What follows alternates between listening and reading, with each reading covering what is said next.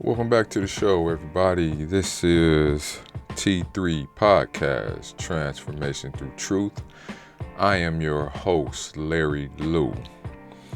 I'm a certified life coach, and my mission is to teach you so you can heal and heal so you can grow. That's my main goal with this podcast.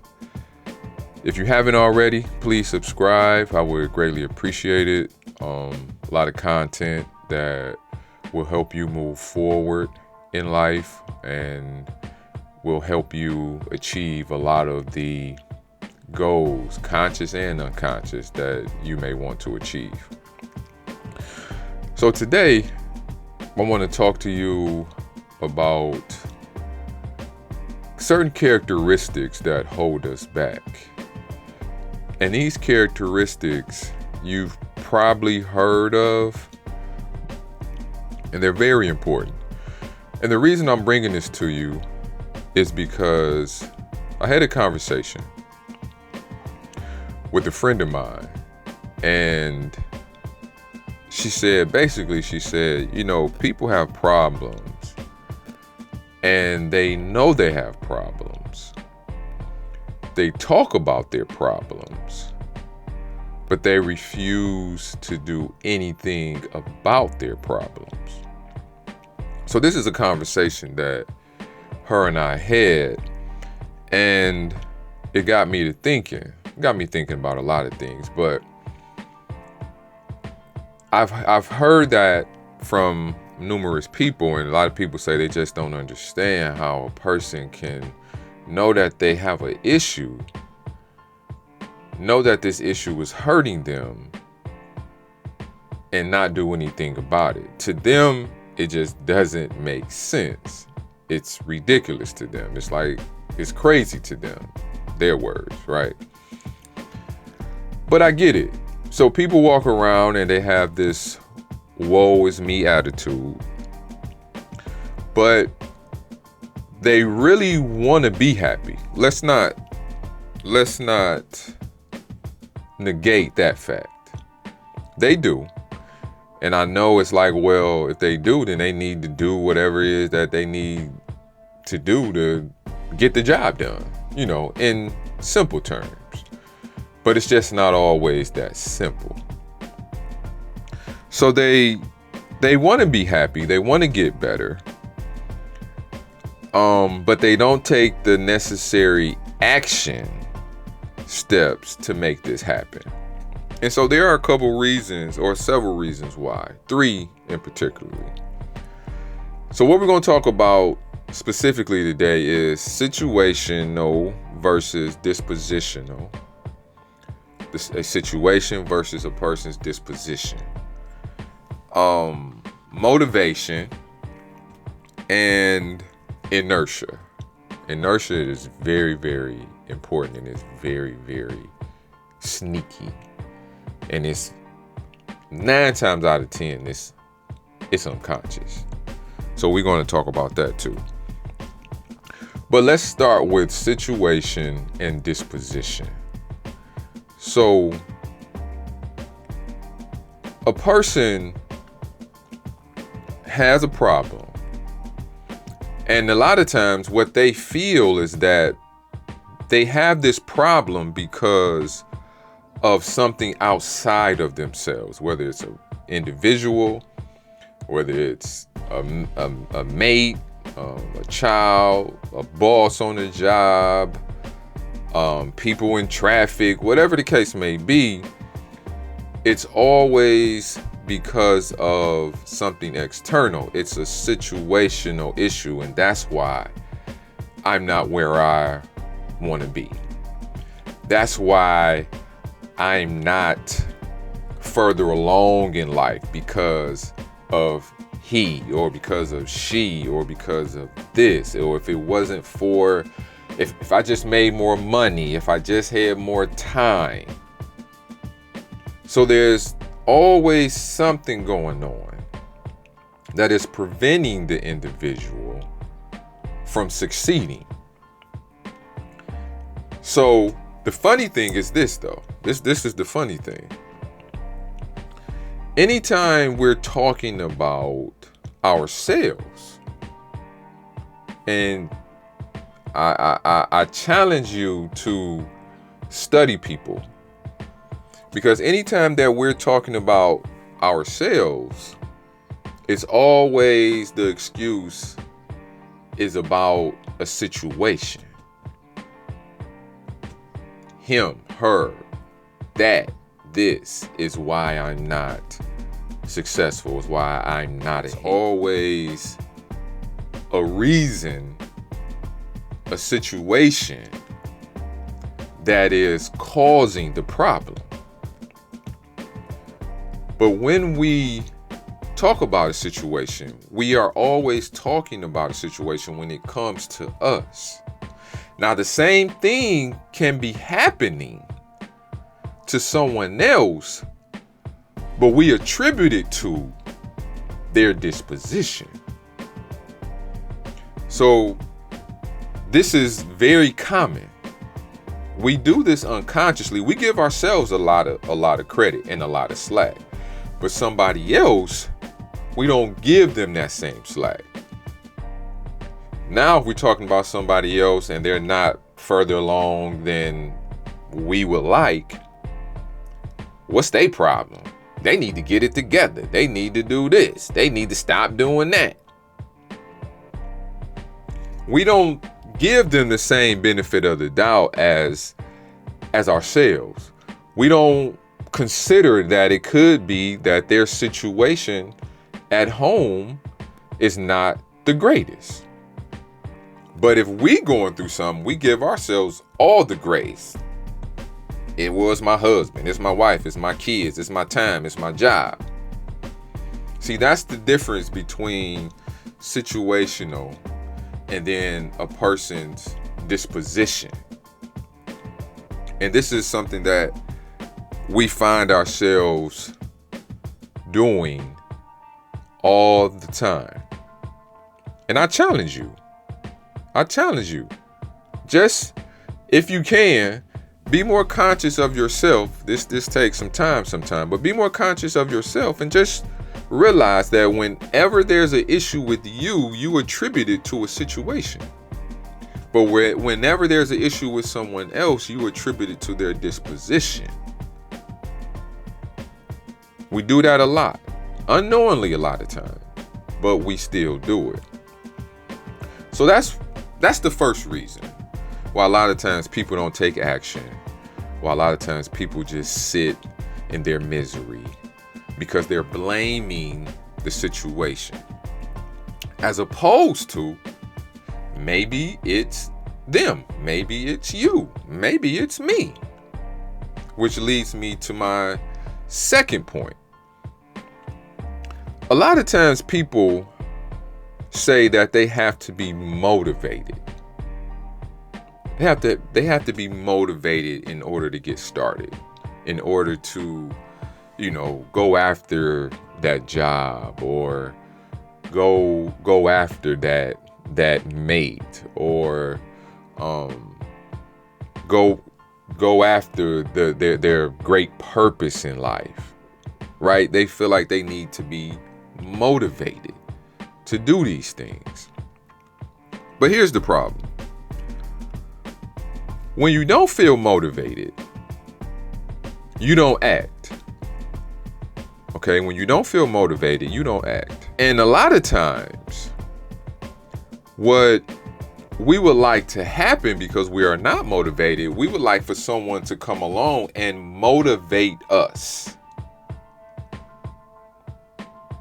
We would like for someone to come along and do the job for us, because we feel that we can't do it ourselves. We just can't get in that gear to do it ourselves. So we would like for somebody to come and motivate us, give us a motivational speech, or a good talking to, or console us, console us to get up and try again.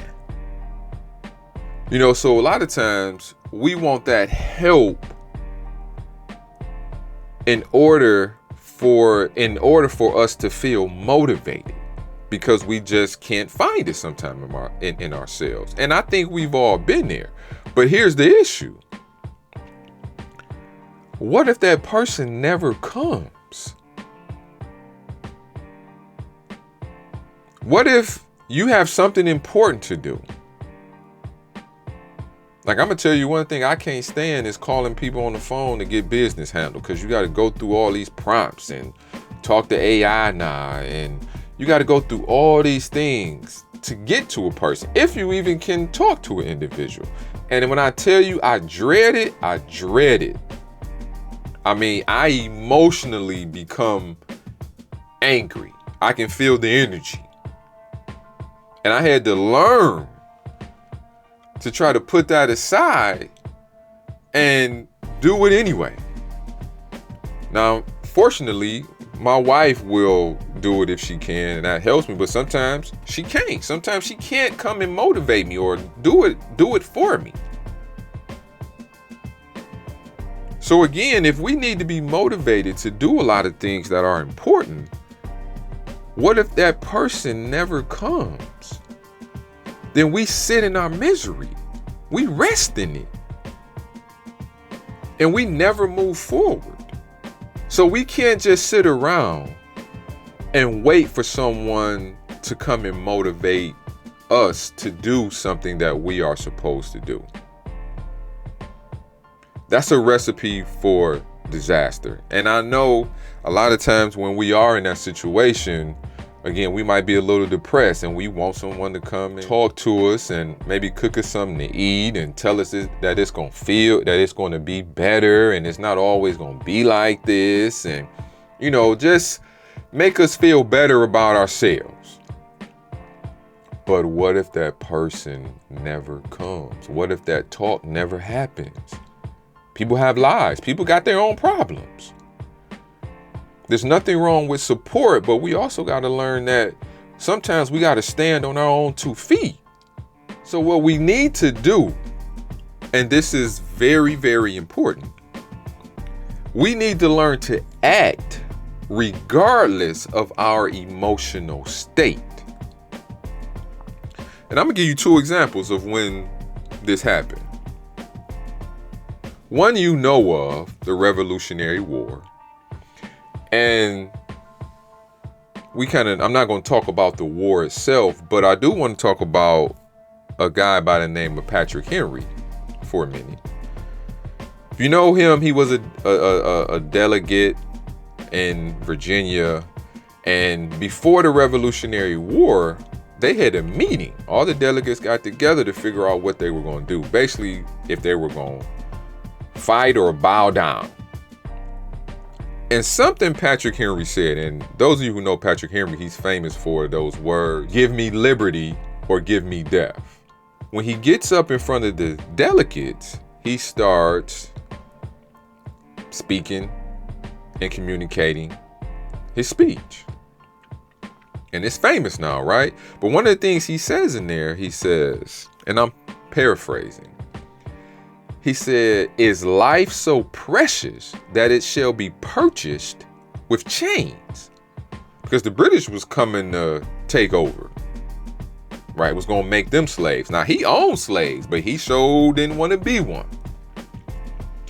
But besides that, regardless of that fact, what you have to admire is the fact that his speech inspired the forefathers of this country to fight instead of bowing down. So again, they were, I'm sure, fearful. They were outnumbered. So they were outmanned. But regardless of how they felt, they act. Regardless of how they were feeling, they acted, and the motivation followed. And we know the history. They end up winning the Revolutionary War. No one thought that it could happen. I know there were plenty of doubts, and the British thought it wouldn't be an issue. But here we are today. The other example is, so Haiti. Haiti is the only country that I know where there was a slave revolution and they came out on top. In 1804, Haiti fought the French. They were slaves at this time, or before they fought, of course. They were slaves. Now, here's the interesting part. They too decided not going to be a slave anymore. The French had all this power. They had all these guns because the fascinating thing about 1804 is that they won this Revolutionary War without guns. The French had guns. The Haitians didn't. They used their wit. They used their smarts.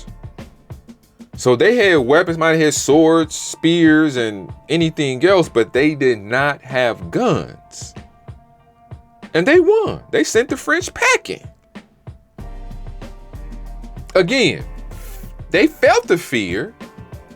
They didn't feel motivated. No one wants to die. But they acted regardless of their emotional state, and they came out on top. So the point I'm trying to get you to see is that motivation follows movement. It is not the cause of action, but the effect. Okay, motivation follows movement. So whenever you don't feel motivated, if you get up and act, the motivation will start to increase. And before you know it, you done got the job done of whatever it is that you felt or that you did not feel like doing. So sometimes we have to act regardless of how we feel. That's very important. And I think we all can relate. So again, motivation follows movement. Motivation is not the cause of action, but the effect of action. So sometimes you have to act first in order to be motivated. Now this last one is so important, and maybe I'll spend some more time on it another time. Maybe I'll just dedicate a whole podcast to it, because this is a spirit killer. If we don't get control and learn how to combat inertia, there's no question in my mind that we have lost the battle. Now, first of all, inertia is basically, to keep it simple, someone who is extremely at rest. Okay, extremely at rest. But you have general inertia, and then you have neurotic inertia. Some people will only give minimum effort. That's general inertia. Minimum effort. For instance, let's just take weightlifting. Let's say a person wants to go to the gym and they want to lift weights. They go to the gym, they start lifting, and they say they want to be, they want these big muscles, or they want this big chest, but they don't put in the necessary work to accomplish the goal. I've seen guys that go in the gym and, they go in there and they may get on the bench and be on the bench for 30 seconds. They just do one set and that's it.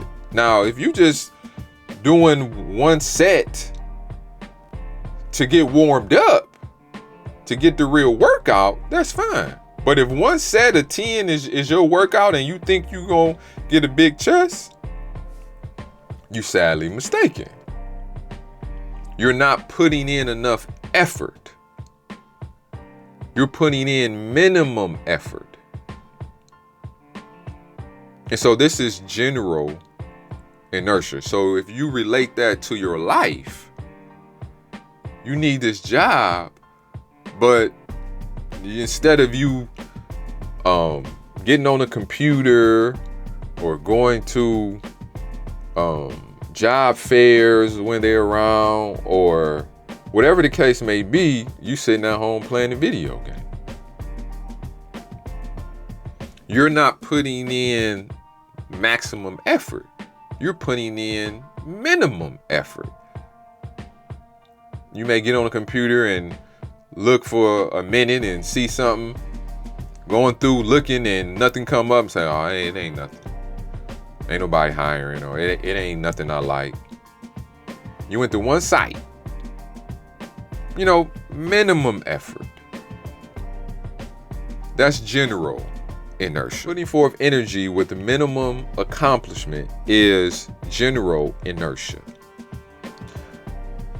So then we go over to neurotic inertia. Now, neurotic, for those of you who don't know, is basically someone who's very sensitive, real sensitive to the environment and things that happen to them. Where ordinary situations, I'll say ordinary because it can, it's subjective, but ordinary situations to a sensitive person, or a person who is neurotic, seems hopeless. It appears hopeless to that individual. That's a neurotic individual. Spill some milk and, oh my God, I can't do nothing right. I'm just so dumb. My life is over. You know what I mean? To an extent. An exaggerated example. They're very sensitive, and ordinary things that just happen to all of us, to anybody on a daily basis, are catastrophic. That's what inertia is to me. A person who rebels against effort. And it's not consciously. But it's something in them that just refuses to put forth that maximum effort needed to succeed in life. And a lot of it comes from childhood. We didn't put it in ourselves, but it's there. And the truth of the matter is, it's up to us to overcome it. Right or wrong, fair or unfair. We're left with it, and we need to figure it out. But a lot of people don't understand how strong inertia is, a rebelliousness to effort. A lot of people don't get it. They look at us and they just see a failure. And a lot of times we don't know what it is, and we feel shameful. Getting tired very quickly.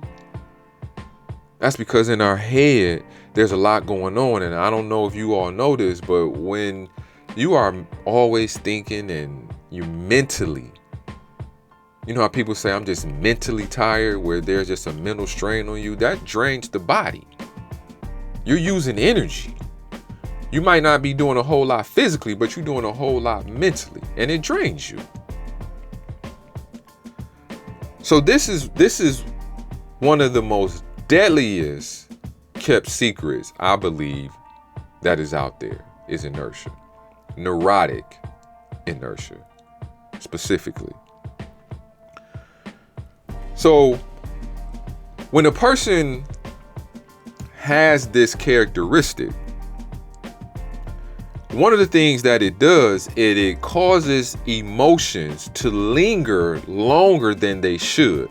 So an event can happen. Something can go down.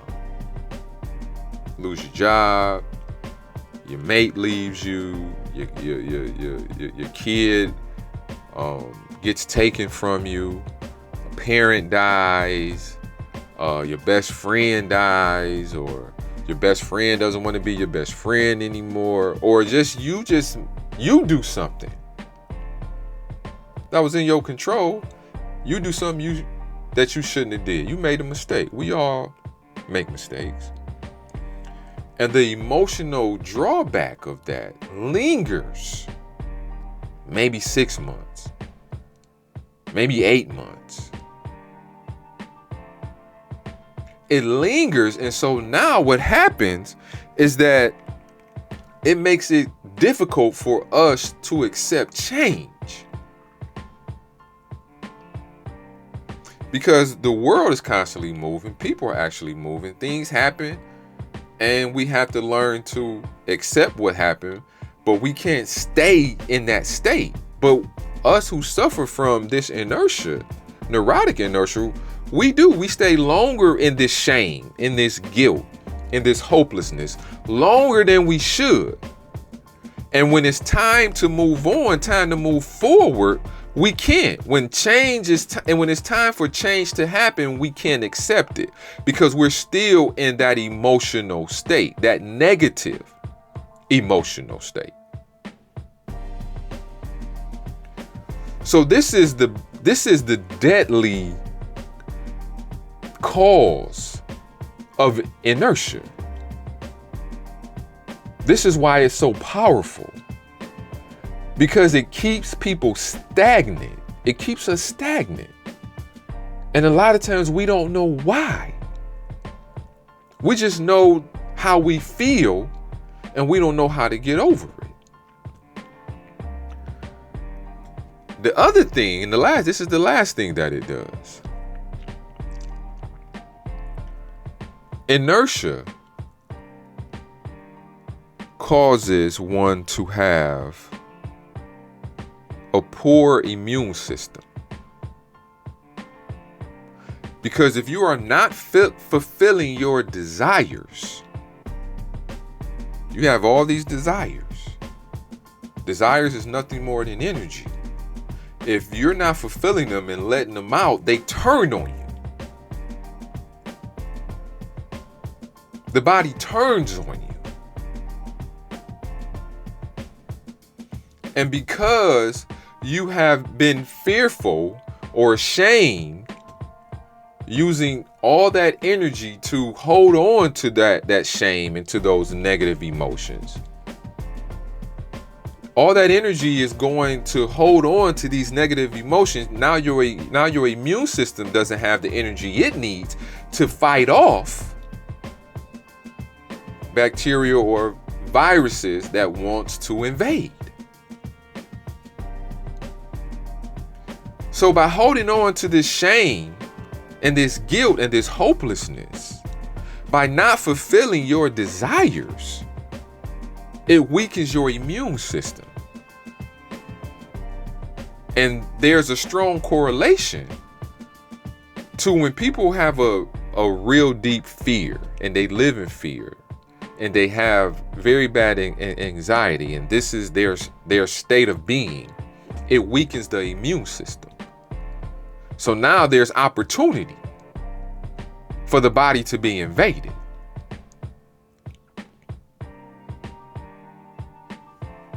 There's a quote, and I can't remember who said it, but it says, "He who desires and acts not brings pestilence. He who desires and acts not breeds pestilence." There's a purpose to our life, people. There's a purpose to our life. We all don't arrive there at the same time, but there is a purpose to our life. And if there are desires and passions that you have inside of you that hopefully haven't been killed yet, hopefully, then there's still hope. Because I know some people go to the grave without ever really fulfilling their passions and their desires that they had for themselves. And so that potential, after a while, is lost.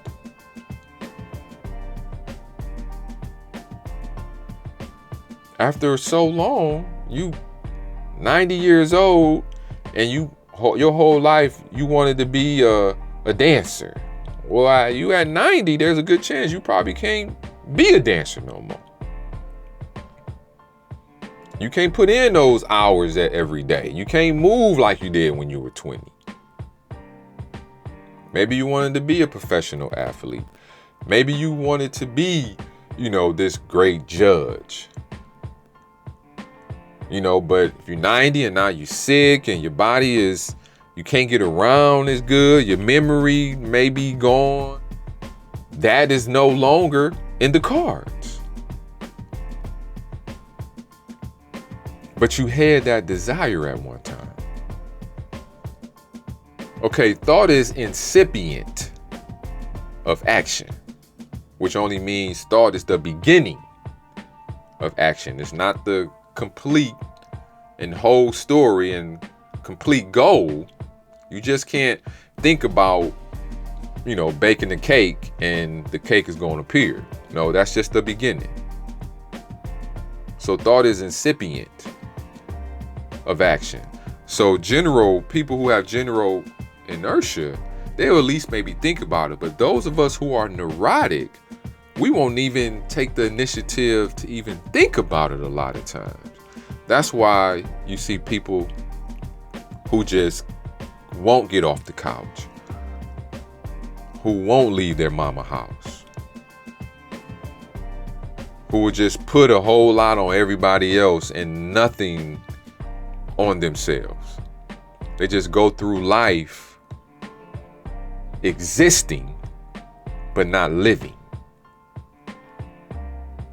It's a sad state, but this is one of the overall reasons that I feel why people, we have problems and they just don't take action. There are a lot of us who suffer from inertia, who suffer from having a hard time being motivated, who attribute all our problems to the situation and not ourselves, not feeling like we have control. But we do. But the first thing we must do is learn to act regardless of our emotional state, because we're not always going to feel like doing what we need to do. So that's the message that I wanted to give to you today. Sometimes you have to act before you feel motivated. And then a lot of other things will fall into place. You're not going to want to. You're not going to feel like it. You're going to feel shame. You might even be depressed. But if you want to move forward, this is something that has to be done. Don't let your situation hold you back. Don't let you being unmotivated hold you back. And please don't let inertia hold you back, because that will keep you in those chains that are holding you. This is Larry Lou. Elevation is in order. Peace.